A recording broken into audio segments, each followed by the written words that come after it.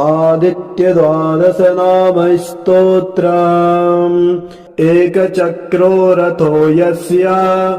दिव्यः कनकभूषणः समय भवतु सुप्रीतः पञ्चहस्तो दिवाकरः आदित्यः प्रथमं नामं द्वितीयं तु दिवाकरः तृतीयं भास्करः प्रोक्तम् चतुर्थं तु प्रभाकरः पञ्चमं तु सहस्रांशुः षष्ठमं चैव त्रिलोचनः सप्तमं हरिदस्वश्च अष्टमं तु विभावसुः नवमं दिनकृत प्रोक्तम् दशमं द्वादशात्मकः एकादशं त्रयीमूर्तिर्द्वादशं सूर्य एव च